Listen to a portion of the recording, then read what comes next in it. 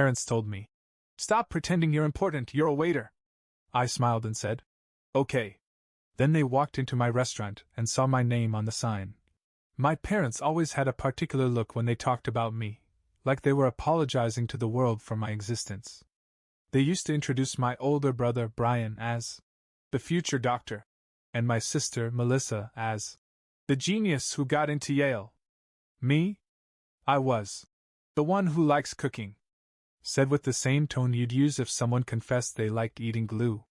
From as early as I can remember, they'd shoot down anything that made me light up inside. When I was 10 and made them a 3-course meal for their anniversary, they smiled, nodded, and said, "That's sweet.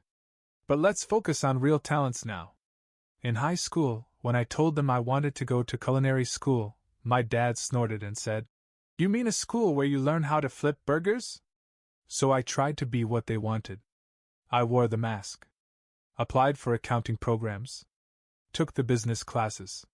But cooking, that never left me. Late at night, I'd cook in secret. I'd watch food documentaries like other kids watched action movies. My notebooks weren't filled with math problems. They were filled with recipes and plating diagrams. They didn't know that at 19, when I got my first job as a waiter, it wasn't because I had no other option. It was strategy. I wanted to see the restaurant world from the ground up. I watched how the chefs prepped, how the servers moved, how the owners managed it all. But my parents? Oh, they couldn't let that slide. "You're pretending you're important. You're a waiter," my mom said one Thanksgiving, right in front of the extended family. Everyone chuckled. I just smiled and said, "Okay." It became a pattern. They'd mock me, humiliate me, remind me that I wasn't doing anything real. And I'd nod like it didn't matter. "Okay," I'd say. Over and over. They never knew those words were my armor. Because behind the scenes, I was building something they couldn't see. Something they'd never understand. The first time I felt a crack form in their perfect little narrative was during my 3rd year waiting tables at a high-end bistro downtown. I wasn't just slinging wine and smiling at brunchgoers, I was studying. Every night I asked questions no one else did. I watched Chef Anna break down her prep station like it was choreography. I stayed late to help clean, just so I could hear the kitchen staff vent, gossip, and teach. And slowly, they started letting me in. One day, Chef Anna handed me a knife and said, "You ever break down a duck?" I shook my head. She smiled. "Well, you're about to." That night, I stayed until 2 a.m. She didn't just teach me. She tested me. By year 4, I was doing short prep shifts before waiting tables. Quietly, consistently. And every extra tip I made? Straight into savings. No vacations. No luxuries. Just rent, food, and the dream. Meanwhile, back at home, nothing changed. My parents still made a show of shrugging when people asked about me. "Still waiting tables?" my dad would say with a sigh, like I was their family's burden. "He says he's learning, but I think he's just avoiding real life," Melissa once joked. "You're still doing that thing with the apron? What is it now, 4 years of side quests?" And like always, I smiled and said, "Okay." But then came the day my cousin Jordan brought his new girlfriend to a barbecue. She turned to me and said, "You work at Leo's, right? I love that place. Their duck confit changed my life." I just smiled. "It's a good spot." My mom overheard. Later that night, she said, "Don't get any ideas, sweetheart. Just because you work there doesn't mean you're anything more than a background prop." I looked at her, dead in the eyes, and said what I always said. "Okay." But this time, I think something in my face unnerved her. Like maybe she caught a glimpse of what was coming. A whisper of the storm they didn't see brewing in the quiet. It was my birthday. I wasn't expecting much. A quick dinner at my parents' house, maybe some off-brand cake, a recycled card from last year. I was used to it. But I still showed up, because I always showed up. Melissa was there in her signature smugness, going on about her latest consulting gig like she'd invented capitalism. Brian had his medical journal out on the table, flipping through it like we were all background noise. My parents? They were already 2 glasses of wine in and barely noticed when I walked in. No one said happy birthday. I sat down anyway. Halfway through the dry chicken and boxed potatoes, my dad set down his fork and cleared his throat. You know, he started, looking directly at me for the first time that night. If you spent as much time studying something real as you do playing around in kitchens, you might actually be someone by now. Melissa laughed softly. Yeah, seriously. You've been doing this little waiter hobby how long now? 5 years? It's time to wake up. Brian smirked. You know he thinks he's going to open a restaurant one day, right? Like just anyone can do that. I didn't speak. Just looked down at my plate. My mom tilted her head like I was a confused puppy. Honey, stop pretending you're important. You're a waiter. That was the moment. The moment I didn't smile. No. Okay. No grin to defuse the room. Just silence, and a long, still stare that made my mother falter mid-sip. I stood up. You're right, I said quietly. I am a waiter. And then I looked each of them in the eyes. But I'm also a student. And a builder. And a silent storm you won't see coming until you're standing in the eye of it. Brian laughed. Melissa rolled her eyes. My father muttered something about me being too sensitive. But none of it mattered. Because they didn't know the land had already been purchased. The business license filed. The investor pitch made and accepted. The logo drawn, the name finalized. And every insult they threw that night? Fuel. Pure fuel. After that birthday dinner, something in me locked into place. I stopped trying to prove anything to them. I stopped replaying their words at night, stopped hoping they'd one day change their minds. I let go of the fantasy, and picked up the blueprint. I was still waiting tables, still prepping vegetables and bussing plates when needed. But now, every hour had purpose. I'd wake at 6, review supply chain logistics over breakfast, work a double shift, then spend my nights watching food cost spreadsheets like they were Netflix. I taught myself how to read a lease, how to negotiate contracts, how to work a walk-in fridge compressor if it failed at 2 a.m. I became obsessed. And here's the twist they never saw coming. I didn't do it alone. Because when you work in the restaurant world long enough, you meet others like you, quiet grinders, tired hands with sharp minds. I met Monica, a pastry chef who'd been passed over for promotion one too many times. And Anthony, a bartender who knew wine better than some sommeliers. They were hungry too. So we built together. I put every dollar I had into a tiny storefront, an old bank building with terrible lighting and asbestos in the ceiling. It smelled like mildew and regret. But I saw it. I saw her, the restaurant I'd dreamed of since I was a kid, stirring soup on a stool in a kitchen that never noticed me. We gutted it. Painted it. Bled into it. Sometimes I'd work 16 hours and sleep on a cot in the office. Sometimes I'd wake up with cramps in my hands from holding a whisk too tight. I missed weddings, holidays, birthdays. But I didn't miss that version of me who used to shrink at their table. He was gone. 3 years. That's how long it took to go from broken ceiling tiles to crystal glassware and custom plateware flown in from a tiny ceramic studio in Vermont. And when we opened the doors for the first time? My name was on the sign. 5 letters in gold leaf, glinting against black slate, Callahan. That was the name they used to mumble like it was embarrassing. But now, people waited weeks for a table to say it. We'd been open for 6 months. The reviews had started rolling in, words like visionary, elevated yet soulful. And my personal favorite, an intimate experience that feels both new and nostalgic. We were booked out for weeks. Even the mayor's office had come through once. Though I didn't cook that night, I stood back and watched my team crush it without me. That was the real high. I was in the back one Thursday night, checking on prep for the next day, when Olivia, our host, peeked her head into the kitchen and said, Callahan? There's a couple up front, older, asked for a table under Bradley.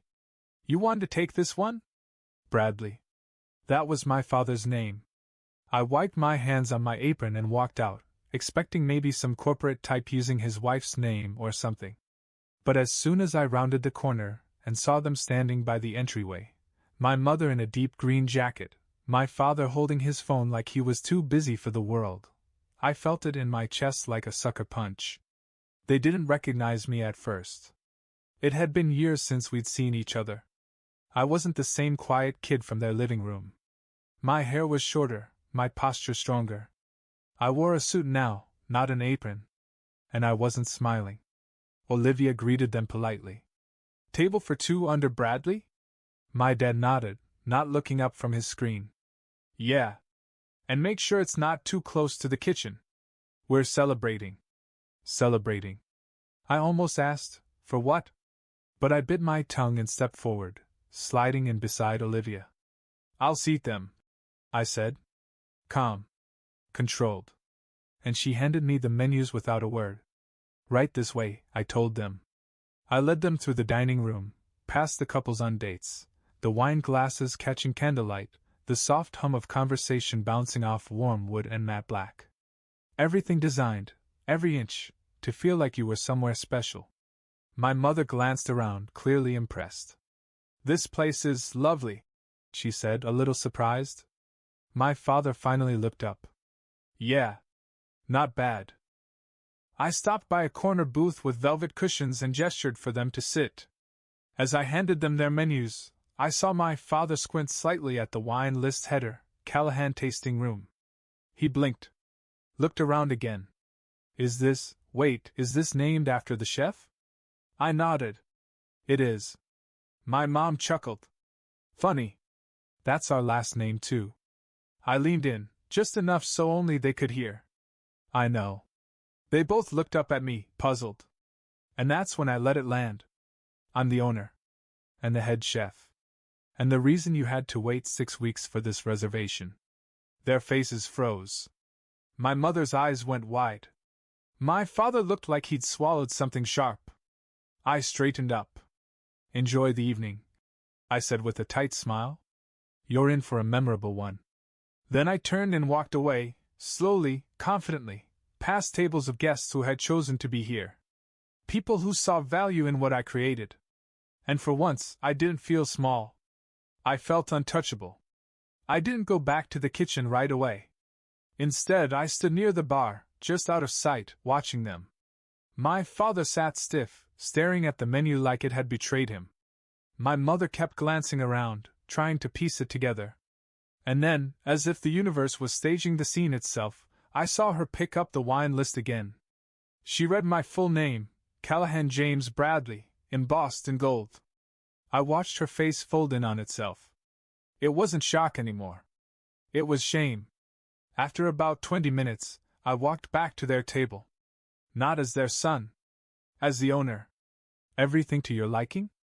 I asked, that same calm tone I'd mastered over years of swallowing insults.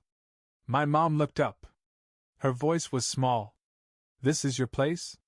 I nodded. Yes. She opened her mouth to speak, but I held up a hand. I want to say something, I said, and I want you to really listen. Not interrupt. Not explain. Just listen. They didn't move. So I continued. You spent years telling me I was wasting my time. That my dream wasn't real. That I was just a waiter pretending to be important. I leaned forward slightly, elbows on the table, like I was offering them a taste of something rich and rare. Do you have any idea what it's like to carry that weight every single day and still show up? Still work? Still build? My father frowned. We didn't mean. I said, don't interrupt. I cut in. My voice never rose. But it landed like thunder. You mocked me in front of family. You laughed at my job. You told me I was delusional for wanting this. And I took it. I nodded. I smiled. I said okay. I paused. But I never forgot. My mother looked like she was about to cry. I didn't care. I poured every insult into this place. Every time you said I'd never make it, I invested in learning. Every time you rolled your eyes, I rolled dough. Every joke became fuel. Then I stood up. So tonight, while you sit in my restaurant, surrounded by people who paid to be here, who respect what I've built, I want you to understand something. I leaned in one last time. This isn't forgiveness. This is clarity. Then I slid the check folder across the table. It's on the house. A small gift, from your unimportant waiter son. And just like that, I turned and walked away. Behind me, I didn't hear a word. Just silence. The kind that only follows a truth too big to argue with.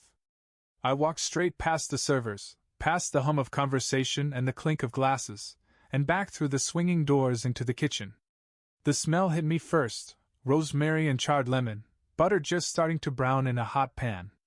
Steam rose from the pasta station, and the grill hissed like it had secrets to tell. It was chaos, but it was my chaos. Organized, alive, focused. Monica glanced up from the pass and caught my eye. You good? She asked. I nodded. More than good. Anthony, our bartender, peeked through the service window. They figure it out? I smirked. Oh yeah? The rest of the kitchen kept moving, but slower now. A few of the line cooks had caught wind of who was sitting at table 12. One of them, Luis, barely 20 and already sharper than I was at that age, gave me a look. Not sympathy. Not pity. Respect. I didn't say much else. I just stepped to the side, tied on my apron, and picked up a chef's knife. You back on the line? Monica asked, surprised. Just for one dish, I said. I moved to station 4 and started slicing shallots. My hands knew the rhythm. The weight of the blade. The sound of a perfect dice landing on the board. This wasn't about showing off. This was about coming home to the only place I ever really belong. A place that never needed me to explain myself. A place that didn't care what anyone called me, so long as I showed up and did the work. We moved as a team, the way we always did. Tight. Clean. Quiet when needed, loud when it mattered. And somewhere, out in that dining room, the people who once mocked me were sitting at my table, surrounded by everything they told me I couldn't build. They were guests now. Not critics. Not family. Just guests. And I was the chef. Service went on like clockwork. Desserts were plated. Drinks poured. Laughter echoed through the dining room, but not from table 12. I didn't go back out there. Didn't need to. I'd said what needed to be said, and I'd said it standing tall. That part of me, the boy waiting for their approval, he didn't live here anymore. Around 10, after the rush had died down and the last course had gone out, Olivia came back to the kitchen, holding a folded napkin in her hand. They left this, she said, handing it to me like it was something fragile. My name was scribbled on the outside. I opened it. Inside was a short note, my mother's handwriting. We didn't know how to say it. We're sorry. We're proud of you. Please call us. For a second, I stared at the paper, tracing the curve of the letters like they might mean more if I held them long enough. But they didn't. Because what I wanted wasn't pride written in ink on a napkin. What I wanted was someone who had believed in me when I was nobody. When I was still just the kid with a dream and a bus tray full of dirty glasses. I folded the napkin once, then again, and set it down beside the dish pit. Let the steam and heat of the kitchen take it away. That chapter was closed. They could keep their too late apologies. I had something better. I had me. The restaurant closed at midnight. After the last table left, the team moved through cleanup like they always did, music low, towels flung over shoulders, pans soaking in the sink, the soft clatter of glassware being reset for tomorrow. There was a kind of sacred silence in it, one you don't get in other jobs. A silence that only comes after you've fed people. Nourished them. I walked the floor alone, checking every table, every corner like I always did before locking up. It was a ritual. Not for show. For me. To remind myself this was real. This was mine. I stopped at table 12. They'd left nothing behind but that folded napkin. No glasses out of place. No crumbs. Just the ghosts of a moment I'd imagined 1,000 times, but never quite like that. I pulled out one of the chairs and sat down. Just for a second. And it hit me. For years, I thought the big moment would feel like a movie. Spotlights. Fireworks. A standing ovation as I rose above their words, their laughter, their dismissal. I thought I'd feel triumphant. Like a king returning home, sword in hand, crown shining. But sitting there, in the quiet of my restaurant, what I actually felt was something different. Peace. Not loud. Not boastful. Just stillness. Because the truth was, I didn't build this to prove them wrong. I built it to prove me right. I didn't need the apology scribbled on a napkin. I didn't need their regret. And I sure as hell didn't need their pride. It had come too late, wrapped in too many years of silence and insults and condescension. No, what I needed, what I found, was family in the form of my staff. Monica, wiping down the pastry counter, eyes soft when she caught me looking. Anthony, restocking the bar with that calm, cool rhythm that held the whole place steady. Louise, still asking questions, still hungry to learn. They were my people. They saw me before the gold leaf sign. Before the awards. Before the wait list. And I saw them. And maybe that was the greatest revenge of all, not the reveal, not the cold smile, not the final "It's on the house." But the simple fact that I had built a world where I didn't need to be seen by the people who refused to see me. I had moved on. They were still playing the same tired game. But I'd rewritten the rules. And when I turned off the dining room lights, when the soft glow from the pendant lamps faded to dark and the kitchen lights clicked off one by one, I didn't walk out feeling victorious. I walked out feeling whole.